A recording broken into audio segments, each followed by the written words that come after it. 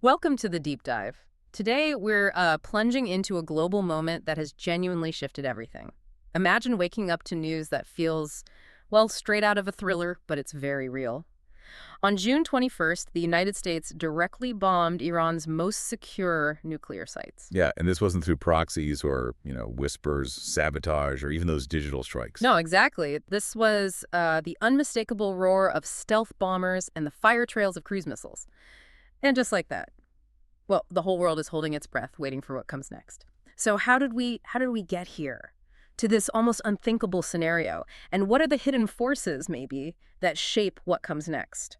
Our goal in this deep dive is to, well, cut through the noise. We want to help you quickly grasp the core complexities, the implications of this moment without feeling overwhelmed. Right. We've gone through the sources you shared, looked at the different angles, and we're ready to unpack those key nuggets of knowledge. Okay, let's dive in.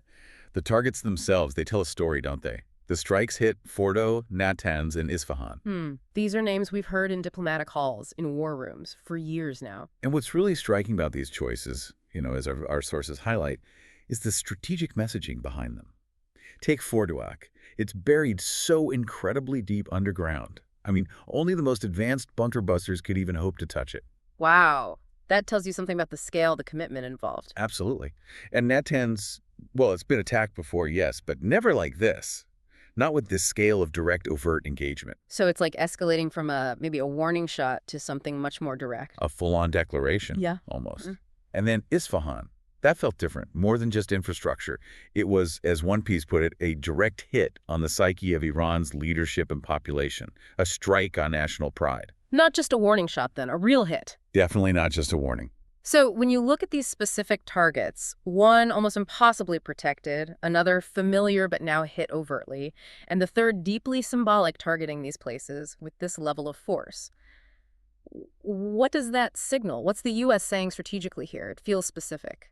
It absolutely does. It suggests a couple of things, I think.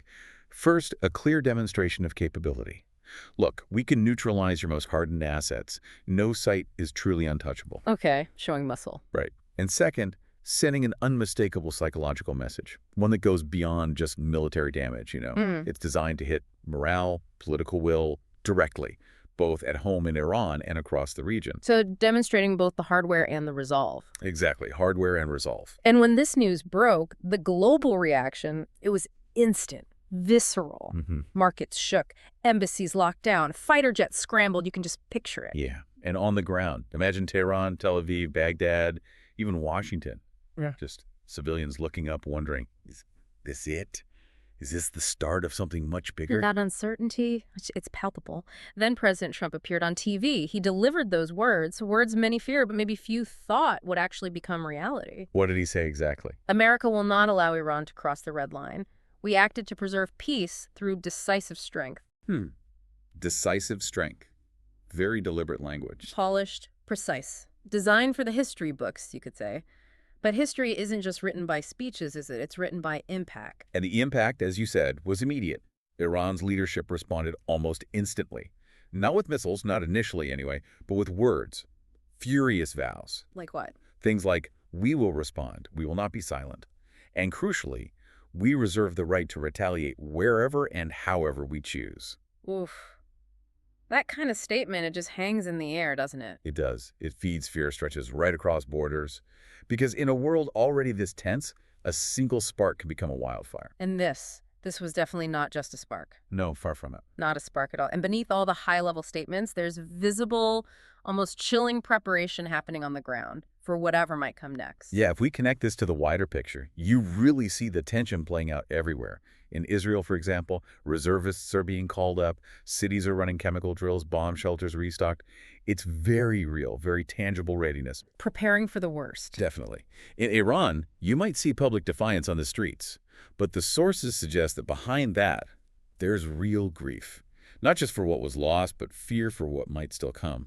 And elsewhere, Iraq. In Iraq, especially Baghdad and Erbil, U.S. troops are on high alert. They know exactly what Iranian-backed militias are capable of. Those, proxy groups. Right, the proxies. And even further away, like the Red Sea, you've got American warships repositioning, oil tankers rerouting, trying to avoid potential flashpoints. So the whole world is tensing up, every nerve pulled tight. It's a stark reminder, isn't it? These aren't just abstract chess moves. These are lives, families, young people pulled into something they didn't start and, frankly, can't control. Which brings us to that crucial question. Why now? What was the tipping point? We know the tensions have been there for ages, but what finally pushed it over the edge? That's the layered truth, isn't it? The sources really try to untangle this. Diplomacy with Iran. Well, frankly, it's been dead for years. Since the JCPOA pullout. Pretty much. The nuclear deal, the JCPOA, it's been on life support ever since the U.S. pulled out back in 2018. And Iran feeling, well, betrayed by that. Yeah. They accelerated their enrichment program. It was a clear signal, we're going down this path. Towards significant nuclear capability. Right. And meanwhile, Israel was consistently warning, both publicly and privately, look, we will never allow Iran to reach breakout capacity. Breakout capacity being the point where they could quickly make enough material for a bomb. Exactly. That specific threshold. So you had years of pressure, sanctions, cyber attacks from the U.S. side, but the clock just kept ticking. Yeah. And eventually, it seems a decision was made. One source put it very starkly. Talk was no longer enough, so bombs spoke. Wow. That's blunt. It is. But here's where it gets really interesting, perhaps. That same source adds a critical caveat. Which is... But wars are not equations. You don't solve them by removing one variable. You ignite new ones. Ignite new ones. Okay, when you say ignite new variables, what kind of unexpected repercussions are we talking about here, beyond the sort of obvious military tit for tat? That's a really powerful point, and it's the absolute heart of the risk here. It means the outcome just isn't predictable, like some math problem. These new variables could be anything. Unforeseen alliances forming or maybe dissolving, internal instability within countries, a massive shift in global energy markets that ripples way beyond the Middle East.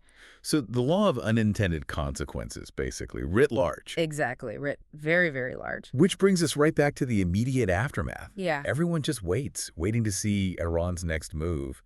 And the potential ways they could retaliate, they're numerous, aren't they? Absolutely. The possibilities are varied and, frankly, concerning. It could come via Hezbollah in Lebanon, they're a very well-armed proxy. Right. Or through those Iraqi militias launching rockets at U.S. bases. Okay. We could see, maybe, a Houthi attack on commercial ships down in the Red Sea, hitting global trade directly. That would have huge economic impact. Massive. Or even potentially direct missile strikes from Iran towards Israel or maybe Gulf allies. All these options are realistically on the table, and they all carry immense risk. And if any of that happens, then the next critical question isn't just if the U.S. responds, but how far it's willing to go. And this raises an even deeper, more unsettling question. What if Iran strikes back and America hits harder?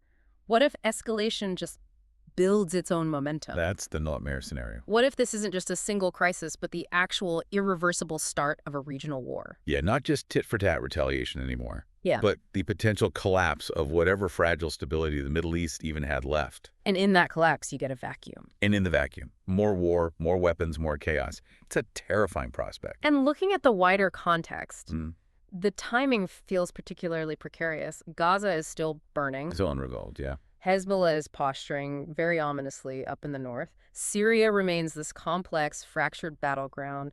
Iraq is, well, inherently unstable. Yemen continues to bleed. It's a region already on edge. Exactly. So now, with Iran and the United States openly trading blows, it doesn't take much imagination to see how fast this could spiral, how it could pull the wider world into something much, much bigger. Indeed. And the international reactions are already hinting at potential shifts. Russia and China, for instance, they've already condemned the strikes. Our research suggests they'll likely see this as an opportunity, to expand their influence diplomatically, economically, maybe even militarily across the region. Seizing the moment. While the Gulf states, they're watching very closely. And they're nervous. Some might quietly support the strikes, hoping it curbs Iranian power. Others just fear becoming the next battlefield themselves. A difficult position. And Europe. Europe seems particularly divided. Torn, really, between long-standing support for Israel and a very strong desire to avoid another oil shock or another major refugee crisis on their borders. And the UN, what role can they play? Well, the UN is issuing statements calling for calm. But calm, as one of our sources aptly put it, calm isn't something that just falls from the sky. It's built. Yeah. And it's incredibly fragile. Built and fragile. Yeah. And in the middle of all of this, the strategy, the geopolitics are just people. Always. The journalists filing stories from bunkers. Doctors treating wounds, maybe without power. Soldiers checking their gear by flashlight. Teenagers sending goodbye messages, just in case. Mothers praying. Fathers trying to pretend they're not afraid. Yeah. This is where the true cost lies, isn't it? The unseen cost. It's not in the missiles, not in the strategic analyses. It's in that silence afterwards. It's in the lives broken that, no news crew is ever going to film. It's in the futures rewritten, futures that will just never happen now. The heavy truth. And it's why these deep dives, they aren't about predicting the future or just recounting facts. Our purpose here isn't to scare you. It's more about fostering awareness. Because awareness, that's the seed of accountability, maybe. And accountability is the start of change. Hopefully. Mm. It's so crucial to remember, war is never just political. It's profoundly emotional. It's psychological. And its impact. Yeah. It's generational. Lasts for decades. Absolutely. What's destroyed in a single night can take decades to rebuild, if it ever gets rebuilt at all. So the question now isn't just what happens next. It's maybe. What are we willing to let happen? Are we resigned to these cycles of war? Or can we still, somehow, even in the face of all this, imagine a different path? It might sound naive, especially right now. It probably does. But maybe peace always sounds naive until it's the only option left.